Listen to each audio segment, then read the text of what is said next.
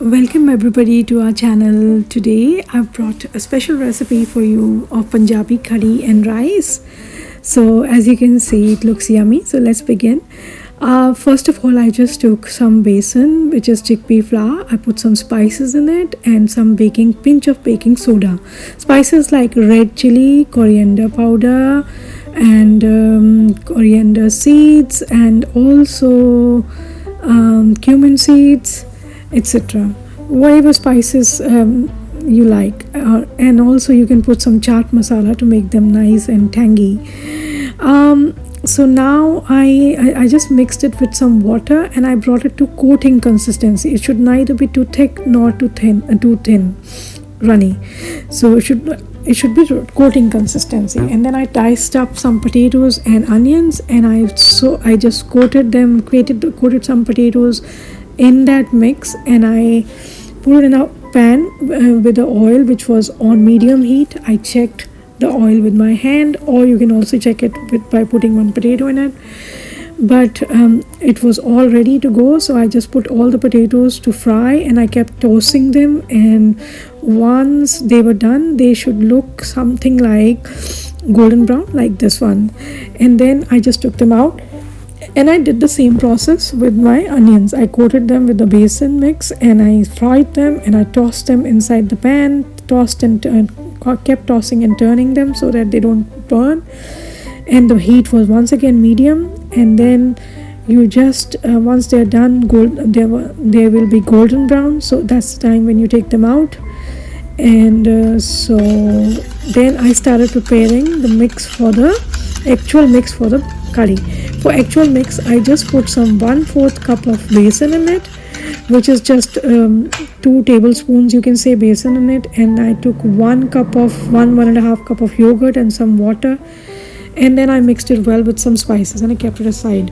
And then I took some oil in the pan and I put some ground garlic, chili, and ginger, and some cumin seeds, fenugreek seeds, bay leaves, asafoetida, and also some curry leaves. I had some curry leaves, so I just put them. If you don't have curry leaves, you don't need to.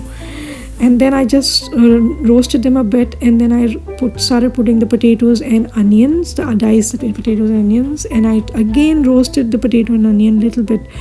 I didn't make them brown, or just toss them for 5 minutes, that's it, so that they get mixed well.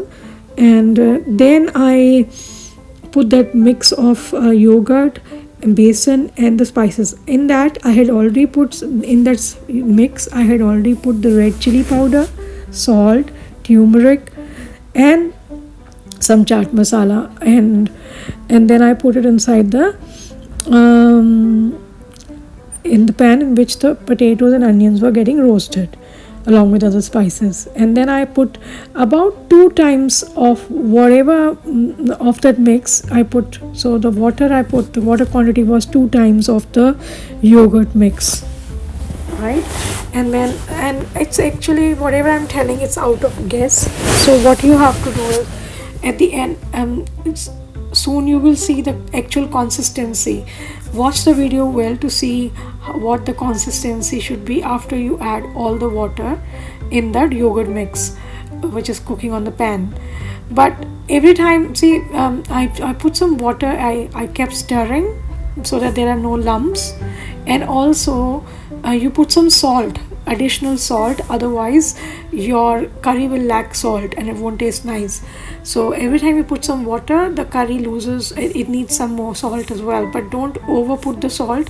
In this entire pan I had put only 2 teaspoons of salt, that's all. And then I allowed the curry to cook for another 10 minutes. After I put some water and some salt, and the consistency was like this thin. Then I kept it for boiling for about 10 minutes. And then after 10 minutes I'll show you what I did. So see, at this stage I just added some water and add some salt to the water to the curry, I mean.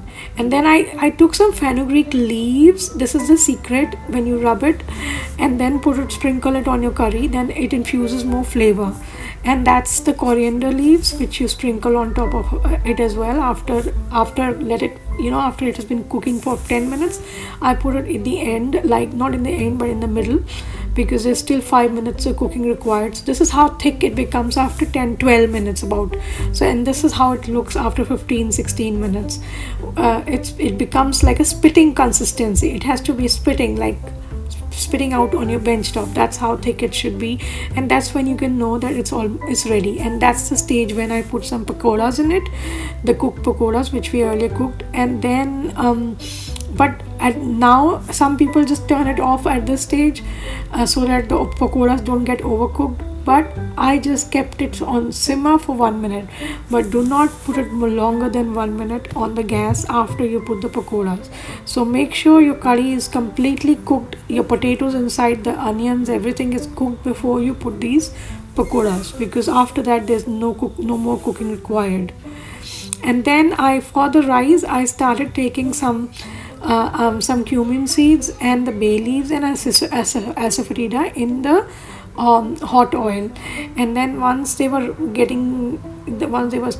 started sizzling and roasted, they got roasted a little bit. Then I put those soaked. I had already soaked about 1.5 cup of rice, and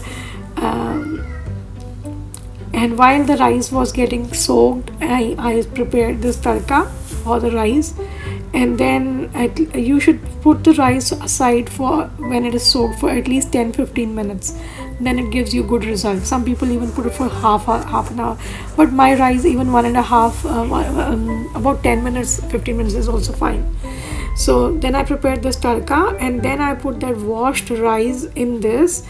And then you also saute the rice. Make sure the rice is also getting sauteed, because if you do this, then your rice doesn't break. So and then as you can see, this is about 1.5 cup of rice. And then I put equal quantity. If I was cooking in the in an open pan, then you put double the quantity of water. But I have a lid, so I put 1.5 times of water.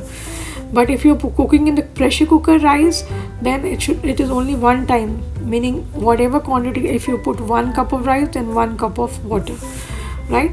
But over here I use I use 1.5 times of water, because I'm still using lid on top of it, right? And then I also put obviously some salt in it to make it taste nice, but not too much salt, as the curry will also have salt.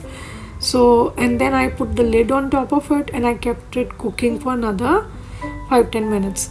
And then in the meantime, I made a tadka with some dry red chili, cumin seeds, coriander seeds, and bay leaves, and asafoetida. And I just, after heating it well, I just poured it on top of my curry. It looks nice. You don't need to mix it, but if you want to mix it, you can. And then now, as you can see, people, my curry is completely ready. So let's see what's happening with our rice. So the rice, as you can see, it looks cooked, but it's not. It's about 80% cooked only. And when you're turning the rice, you make sure you're turning it from side to side with your spatula, not from the middle. Otherwise your rice tend to break. So now we can see there's some water in it. So we will leave it again for another 5 minutes, and this time on medium or medium low heat to get cooked. And while this is getting cooked, okay, now here we go, our meal is ready. Our curry and rice looks really good. And do leave your feedback and try this recipe and let me know how you went. Please like, subscribe and share the channel. Thank you and have a great day.